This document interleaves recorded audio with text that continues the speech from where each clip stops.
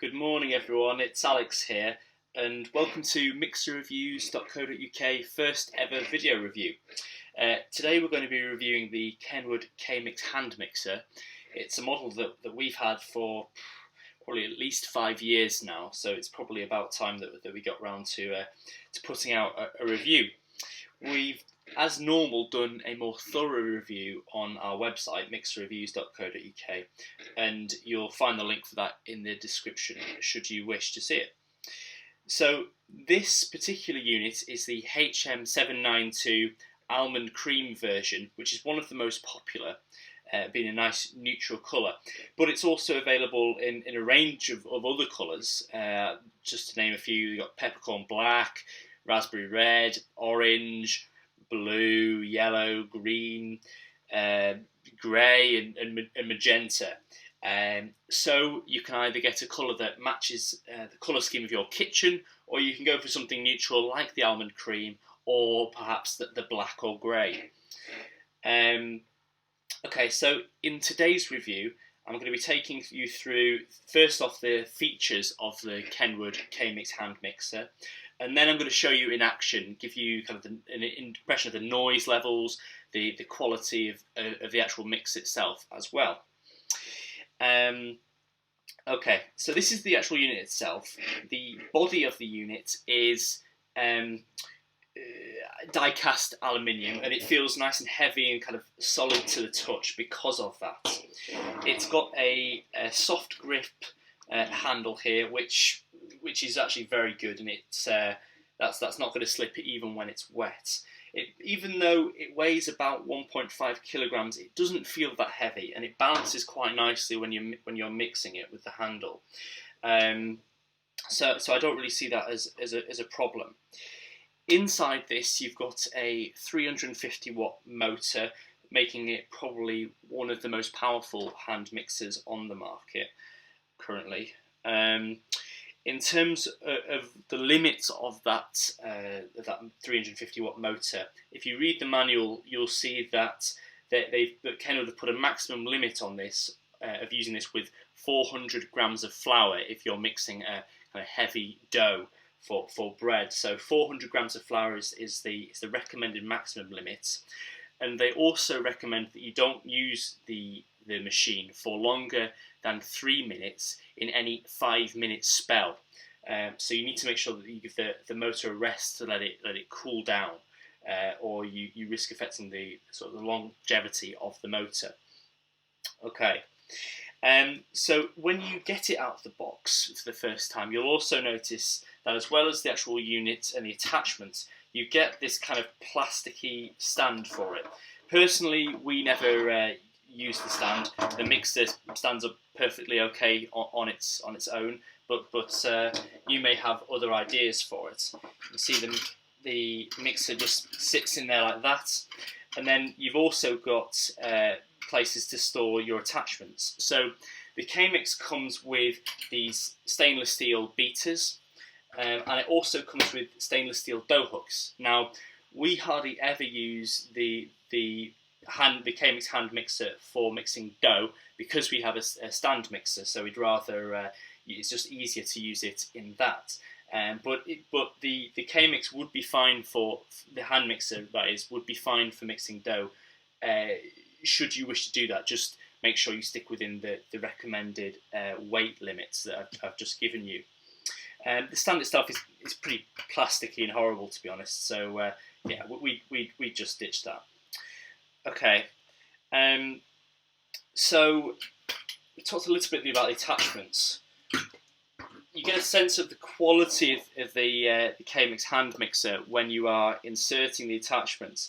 It's simply just a case of lining up the gaps in the holes. I'm not sure if you can see that there, and then lining up these little bits that stick out here. So I don't know if you can hear that, but it's a really nice solid click, and that's all that's required for you to be on your way. Now, one of my favourite features about the kMix is this handy cable, the handy way the cable kind of tucks away underneath the actual unit here, which is really keeps everything really neat and tidy. My only slight annoyance about this is the wire seems to be longer than actually fits the gap. So if you see there, if I'm trying to wind it on the outside, it doesn't actually all kind of fit around it. But nonetheless, when you're actually mixing, it keeps it nice and tidy. So let's just kind of give ourselves the right length to get over to this plug over here and plug that in. Okay, now let's look at the speeds of this. So with the kMix hand mixer, you get 5 different kind of normal speeds, which you turn on by just going down. You get a nice solid click for each speed that you go down, so you can really feel when you jump to the next speed. You also get a pulse mode, which is useful for kind of more delicate tasks, which you kind of, on this you just push up and it flicks back automatically when you let go. So that goes to a very high speed when you do that. Okay, so now I'm going to bring a bit of an example in here. Actually, all that's in here is just milk at the moment, but it's better than water, just to kind of show you it's in action. So let's run it on the speeds. First up here, we've got the first speed 1, which is nice and slow. Sometimes with hand mixers, you can find that the lowest speed is actually a bit too fast for what you might want, but there's no such issues here. And then you gradually go up the speeds. That's 2, 3, 4, and finally 5. You can see here already going for it creates a nice amount of froth in the milk. I'm just going to stop that now before this foams over. But you can see how much foam we've created there with 5 on the top speed, showing that it's going to be fast enough for anything you need. The great thing about the actual mix itself is that you'll find with some hand mixers, basically the beaters just end up displacing the ingredients and kind of you end up sort of chasing them around the bowl. What's great with this particular one is you can really see them combining in between the beaters, so really kind of getting in here and getting combined, which is really nice to see and produces a good quality mix. Now, we found when we're mixing things like pancake batters, if we've left the ingredients to sit around a bit too long, then the flour can get a bit kind of moulded to the bowl, and you kind of it's difficult to get that off with the mixer. If you with a hand mixer, if you have problems with that, then to be honest, it's just a case of getting a spatula out and giving it a quick whip round, and it's job done really. Okay, so I think you can see also that the noise levels were quite low with the kMix, which is nice. That's probably partly to do with this solid aluminium, die-cast aluminium body that's insulating us from the sound somewhat, and also I guess a good quality motor is what you'd hope for with a top-end Kenwood hand mixer. But just to give you another sense of the noise levels, that's 1, 2, 3, 4, and 5. And you can see we can still hold a conversation over the top speed. Okay, so in terms of cleaning, it's pretty easy. All of the attachments are just solid stainless steel, so they can go in the dishwasher. There's no problems there. They are easily ejected with this button here, so fire those out, or you can catch them.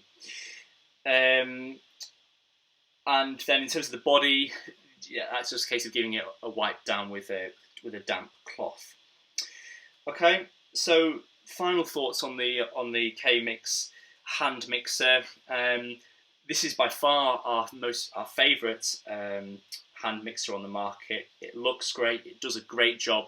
To be honest, you could almost get away with having just this in the kitchen. You don't necessarily need a stand mixer to go with it, because it does a good job of mixing doughs. We've had this one for already 5 years or so, and it's taken a lot of hammer during that time, and I expect it to last a great many years yet. So that's the kind of the Kenwood durability for you, I suppose. It's also, it's a great looking piece of equipment. I really like it. For a more thorough review of this, check out our website mixerreviews.co.uk. I should include a link in the description.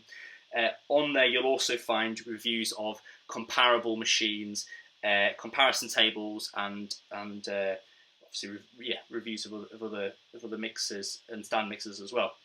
Thank you for watching.